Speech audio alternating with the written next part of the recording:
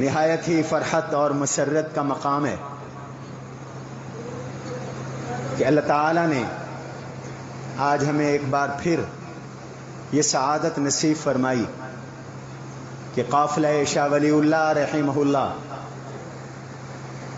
حضرت مفتی اعظم پاکستان، حضرت مفتی اعظم ہند، حضرت مولانا مفتی کفایت اللہ دہلوی رحمہ اللہ کی قائم کردہ جماعت، حضرت مولانا حفظ الرحمان سہاروی نور اللہ مرقدہ کی قائم کردہ جماعت، ہمارے اکابر و اسلاف جنہوں نے شاملی کے میدان سے انگریز کے خلاف بغاوت کی ایک لازوال داستان رقم کرنا شروع کی، حجت الاسلام مولانا محمد قاسم نانوتوی رحمۃ اللہ علیہ، حضرت مولانا رشید احمد گنگوہی نور اللہ مرقدہ، ان کے قافلے کے آج کے ہمارے ہدی خان امیر، آج اس قافلے کے ہمارے قائد، آج اس قافلے کے وہ مرد آہن جنہیں اللہ کی توفیق سے، اللہ کی نصرت سے، اکابر کی نسبت کی برکت سے نہ کوئی دولت خرید سکی، نہ کوئی خوف جھکا سکا۔ آج پورا ملک گواہ ہے، تکوینی امور ہوتے ہیں، شاید یہ موقع نہ آتا تو اس مرد قلندر کی استقامت دنیا نہ سمجھتی۔ آج دنیا نے دیکھ لیا ہے کہ کوئی اگر ملک میں کوئی ایک جماعت ہے، کوئی قیادت ہے، کوئی طاقت ہے جو ان لوگوں کے آگے بھی ڈٹ سکتی ہے کہ جن لوگوں کے آگے لوگ سجدہ ریز ہونا فخر سمجھتے ہیں، تو وہ ایک دیوبند کا سپوت ہے، اور اس کا نام حضرت مولانا فضل الرحمان دامت برکاتہم العالیہ ہے۔ مجھے یہ سعادت حاصل ہے کہ میرے جد امجد حضرت مولانا عبد الخالق صاحب نور اللہ مرقدہ، جو امینیہ دلی کے فاضل تھے، وہ جمعیت علماء ہند کے کارکن رہے، ان کے استاد مفتی اعظم ہند مفتی کفایت اللہ دہلوی نور اللہ مرقدہ وہ جمعیت علماء ہند کے بانی تھے، وہ ان کی جماعت کے کارکن رہے، اور میرے والد گرامی نور اللہ مرقدہ اس خطے میں حضرت اقدس مفکر اسلام قاری محمود نور اللہ مرقدہ کے تلمیذ رشید بھی تھے، کارکن بھی تھے، والہانہ وابستگی تھی، اور پورا شہر جانتا ہے کہ وہ جمعیت علماء اسلام کے آخر عمر تک ناظم اعلیٰ رہے، اور پورا شہر جانتا ہے کہ تحریک نظام مصطفیٰ میں، تحریک ختم نبوت میں وہ پابند سلاسل رہے، اور یہاں جمعیت علماء اسلام کا ایک نوجوان نصیر الدین جب شہید ہوا، اور 3 مہینے کے بعد حضرت مفتی اعظم پاکستان حضرت مفتی محمود رحمہ اللہ نے جماعت کو حکم دیا کہ پوسٹ مارٹم کے لیے قبر کشائی کی جائے، تو حضرت میرے والد گرامی اس وقت قبر کشائی کے اس مرحلے پر نگران تھے، اور قبر کشائی کرائی تو 3 مہینے کے بعد اس جمعیت علماء اسلام کا صدر نوجوان، اس کا جسد، اس کا کفن، اس کے کپڑے، اس کے کپڑوں میں رہا ہوا 1 روپیہ وہ بھی محفوظ تھا، اور پورا شہر اس واقعے کا گواہ ہے۔ جمعیت کی کرامت اور صداقت کے لیے یہ واقعہ بھی ایک گواہ ہے کہ پوری دنیا جانتی ہے۔ آج بھی نصیر شہید کی قبر ہائی سکول کے سامنے ہے، وہیں سے ابھی قافلہ گزر کے آیا، تو اللہ تعالیٰ نے ہمیں یہ توفیق بخشی ہے۔ اللہ ہماری نسلوں کو بھی توفیق نصیب فرمائے، اور ہمارے اس قائد کو اللہ اور زیادہ استقامت اور ہمت نصیب فرمائے، اور ان کی محنت کی برکت سے وہ دن ہمیں دکھائے اللہ تعالیٰ کہ جب ملک میں حضور نبی کریم صلی اللہ علیہ وسلم کی شریعت کا راج ہو۔ میں درخواست گزاروں، ہم نے بلائے تو 12-13 مہمان تھے، لیکن جہاں گڑ ہوتا ہے وہاں مکھیاں خود بخود جمع ہو جاتی ہیں۔ ہمارے ساتھیوں نے مجھے دوپہر کو کہا کہ حضرت کا کیوں نہ استقبال کریں، تو 10 منٹ میں ہمارے تقریباً 50 گاڑیوں کا، 100 سے زائد موٹر سائیکلوں کا انتظام کیا۔ ساتھیوں نے اپنے ذمہ گاڑیاں لیں، لیکن حضرت نے منع فرما دیا تو ہم رک گئے، اس لیے کہ ہم تو امر کے پابند ہیں۔ میں حضرت سے درخواست کرتا ہوں کہ وہ مختصر ہمیں نصائح فرما دیں، دعا فرما دیں، اس کے بعد آپ حضرات کو رخصت ہوگی۔ حضرت کے ساتھ کچھ باتیں ہم نے علیحدگی میں کرنی ہیں۔ وما علینا الا البلاغ۔ نعرہ تکبیر!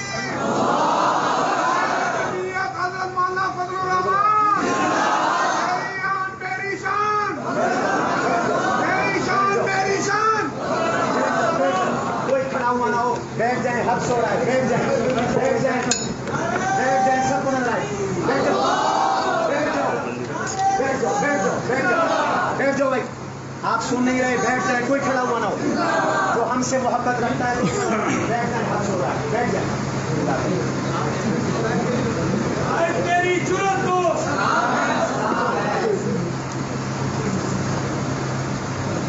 الحمد لله رب العالمين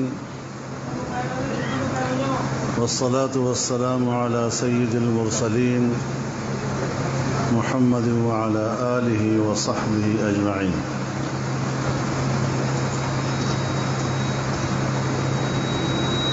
میرے نہایت قابل احترام بھائی حضرت مولانا زبیر احمد صدیقی صاحب، اس جامعہ کے مدرسین، طلباء اور شجاعت کے میرے انتہائی مخلص اور محبت کرنے والے دوستوں اور بھائیوں، آج یہاں میری حاضری تو حضرت شیخ بحریوی رحمہ اللہ کی جانشین کی وفات اور تعزیت کی غرض سے تھی، اور میں نے وہاں حاضری دی. لیکن مجھے پہلے معلوم تھا کہ میں مولوی زبیر کے حاضری کے بغیر شاید نہ واپس ہو سکتے ہیں.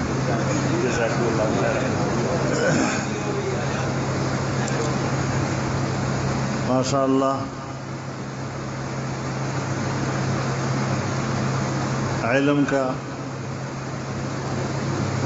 اور خدمت کا یہ عظیم ادارہ انہی حضرات کا مرہون منت ہے.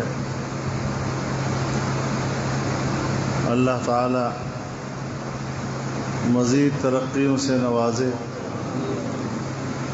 اور ان خدمات عالیہ کو اللہ تعالی قبولیت سے سرفراز فرمائے.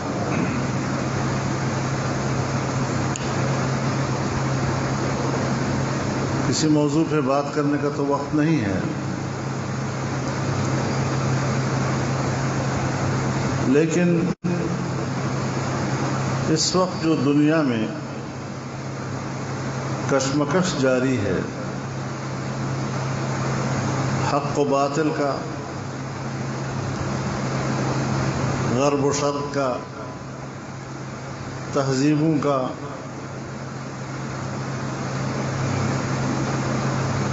دینی علوم کا، چاہے دینی علوم ہوں یا ہماری اسلامی اور مشرقی تہذیب ہو، دینی مدرسہ اس کا سب سے بڑا پشتیبان ہے.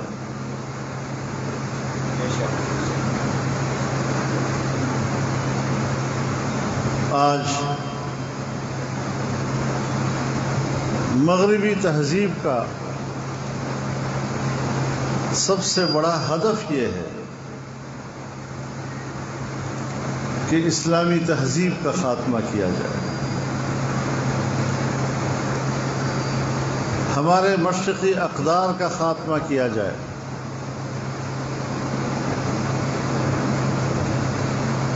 آپ دیکھتے ہیں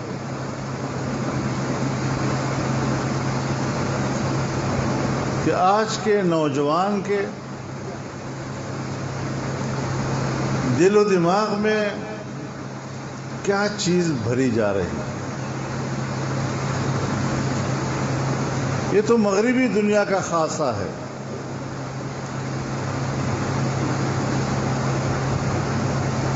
کہ نئی نسل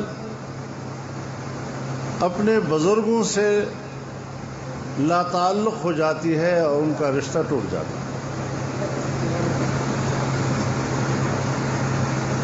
اور کہتے ہیں کہ یہ تو دنیا کو انجوائے کر چکے ہیں، اپنا وقت گزار لیا ہے، اب تو ہمارا مستقبل ہے،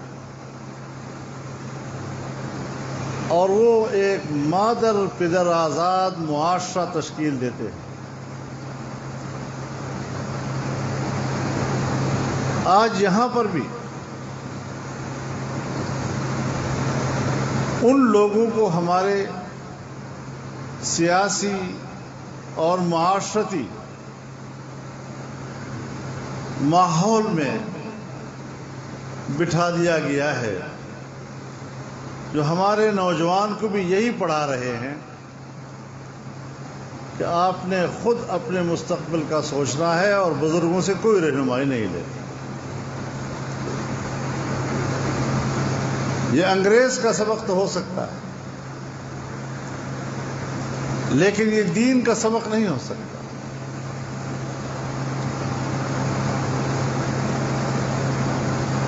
اپنے والدین،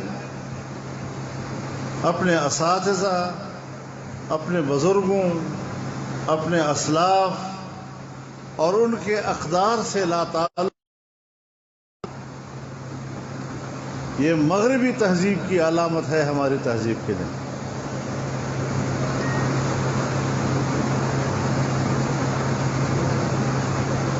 مجھے ایک بڑے آدمی نے بتایا، جو مجھے اس بات پہ قائل کر رہا تھا کہ میں اپنے خیالات میں تبدیلی لاؤں اور ان حکمرانوں کے لیے کچھ نرمی پیدا کروں۔ باتیں تو بہت ساری ہیں، لیکن ایک بات آپ کو بتانا چاہتا ہوں۔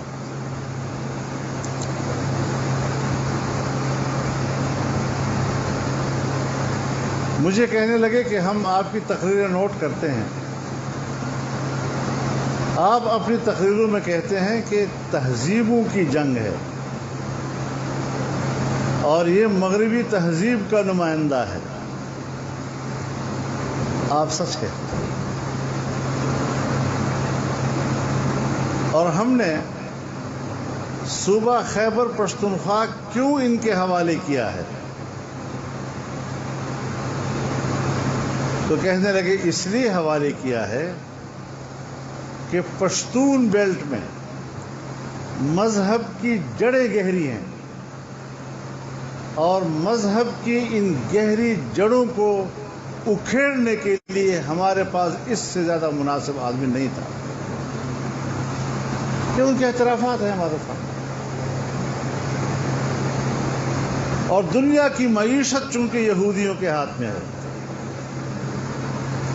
لہذا ان کے بغیر ہماری معیشت نہیں چلے گی۔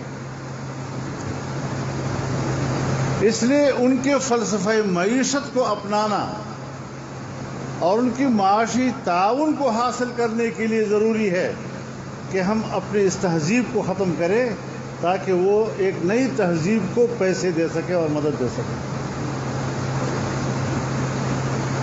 اب یہ وہ لوگ ہیں کہ بانی پاکستان محمد علی جناح کے قائل ہیں، اور وہ خود جب پاکستان بننے کے بعد پہلی مرتبہ اسٹیٹ کر رہے تھے، تو اس افتتاحی تقریب میں انہوں نے کہا تھا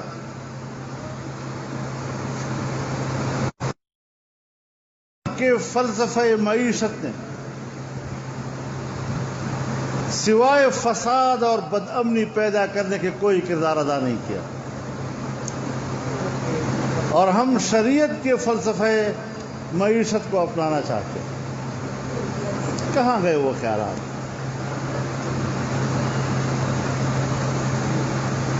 کہاں گیا وہ پاکستان؟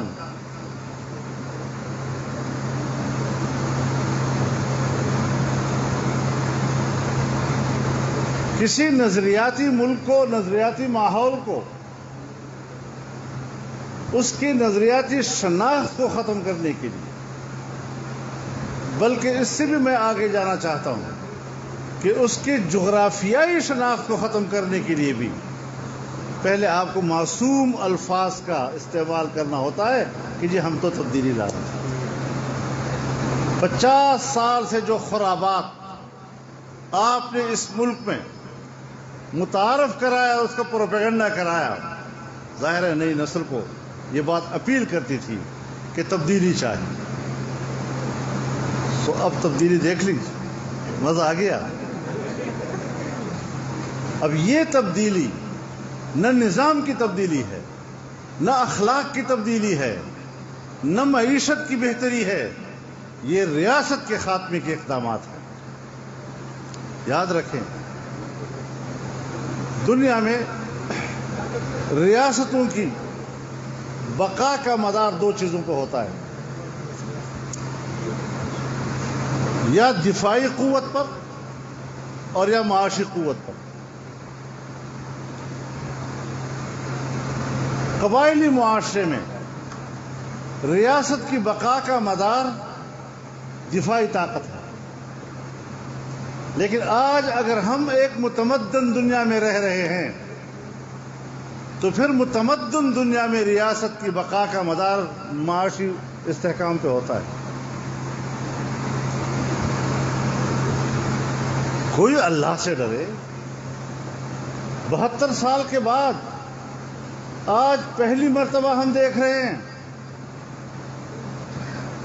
کہ پاکستان کی معیشت منفی میں چلی گئی۔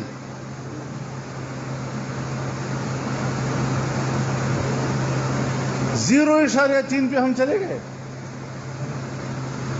پاکستان کی تاریخ میں پہلی مرتبہ ہمارے نئے سال کے بجٹ کا حجم پچھلے سال کے بجٹ کے حجم سے کم ہے۔ کبھی دنیا میں ایسا نہیں ہوتا، کبھی کسی ملک کی تاریخ نہیں رہی۔ پاکستان کی تاریخ میں پہلی مرتبہ ایسا ہوا ہے کہ آپ کی محصولات کا ہدف پچھلے سال کی محصولات سے کم ہے۔ تو جب آپ کی معیشت گر جاتی ہے تو تب سمجھو کہ یہ ریاست کو ختم کرنے کی سازش ہے۔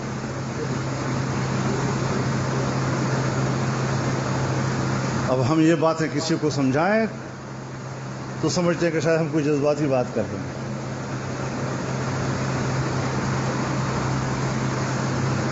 میں 7-8 سال سے جو کہہ رہا ہوں آپ کے سروں کے اوپر سے گزری کہ جیسے میں کوئی جذباتی بات کر رہا ہوں، میرا کوئی اقتدار کی جنگ ہے۔ ہم نے اس قسم کے لوگوں کو اقتدار میں لانے کا مطلب سمجھ لیا تھا کہ اب اسلام نہیں ہوگا۔ ہم نے یہ مطلب سمجھ لیا تھا کہ اب ہماری تہذیب مذاق بن جائے گی، اور مذاق بن رہی ہے۔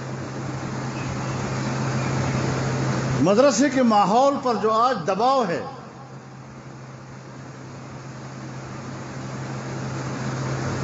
ہماری مدارس کی تاریخ 150 سال گزر گئے۔ ہمارے معاشرے میں مدرسہ اور مدرسے کا نظام تعلیم رچ بس گیا ہے، لیکن اب یہ دنیا بضد ہے کہ اس مدرسے کے کردار کو ختم کیا جائے۔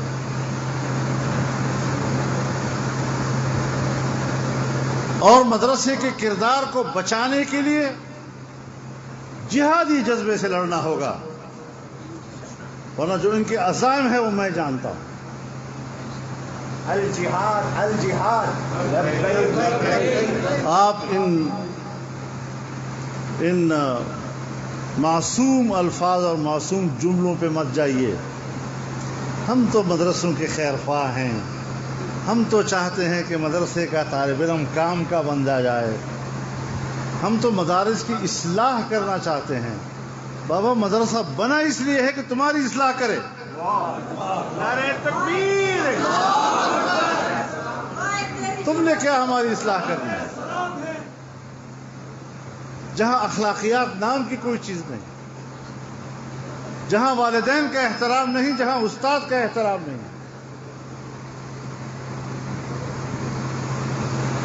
جس تعلیم کے ذریعے آپ طرز معاشرت کو تبدیل کرنے کی بات کرتے ہیں، تو مدارس اب ان کو بچانا ہے. ان کی طرف سے کسی قسم کی کوئی خیر خواہی کا لفظ دھوکے میں نہیں آنا، دھوکے میں نہیں آنا. اور یہ میسج واضح طور پہ چلا جانا چاہیے.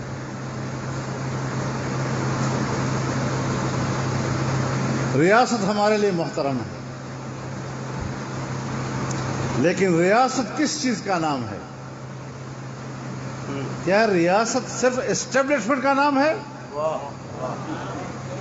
ریاست کا تصور میری شراکت کے بغیر مکمل نہیں ہو سکتا. قائد جمعیت مولانا فضل الرحمان، کوئی مت سمجھے فضل الرحمان کہ اگر ایک ادارہ وسائل کے لحاظ سے طاقتور تو اسی کو ہم ریاست کہیں، اور وہ جو چاہے جس طرف چاہے ہمیں ہانکتا چلا جائے. ایسا نہیں ہوگا، ایسا نہیں ہوگا انشاءاللہ. تو آپ حضرات پوری ہمت کے ساتھ ہم نے ان مدارس کو چلانا ہے، ان کے علم اور ان کے فیض کو ہم نے عام کرنا ہے. اور میں ان سے پوچھتا ہوں کہ نہ انگریز کے زمانے میں تمہیں مدرسہ یاد آیا، نہ پاکستان بننے کے بعد 70 سال تک تمہیں مدرسہ نظر آیا. آج جب 9/11 کے بعد امریکہ نے تمہیں کہہ دیا ہے تو اب تم مدرسے کے خیر خواہ بن گئے ہو. ہم تمہاری نیتوں کو جانتے ہیں، ہم مغربی دنیا کے کھوپڑیوں کے اندر ان کے خبز کو سمجھتے ہیں. تو سلیقے سے بات کرو، ہم سلیقے سے بات کرنا جانتے ہیں. طاقت سے کبھی مسئلہ حل نہیں ہوگا. طاقت سے تو تم نے افغانستان بھی ملا اور طالب کو ختم کرنا چاہا، تو پھر ختم کر سکے؟ طاقت کوئی چیز نہیں ہے. یہ متمدن دنیا ہے. اپنے گھر کو سنبھالو. ملک کی معیشت کو آپ نے کہاں پہنچا دیا ہے؟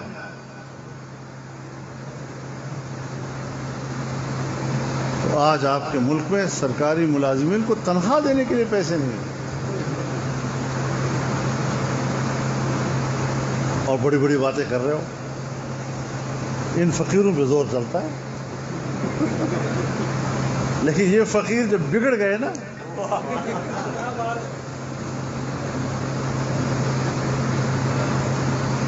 تو ان کو بگڑنے تک نہ لے جاؤ. تو اللہ تعالی ہماری حفاظت فرمائے، ان مدارس کی حفاظت فرمائے، اور اللہ تعالی ہماری اس وطن عزیز کی حفاظت فرمائے، اور ان نااہلوں کے چنگل سے اللہ تعالی میرے اس وطن عزیز کو آزاد فرمائے. وآخر دعوانا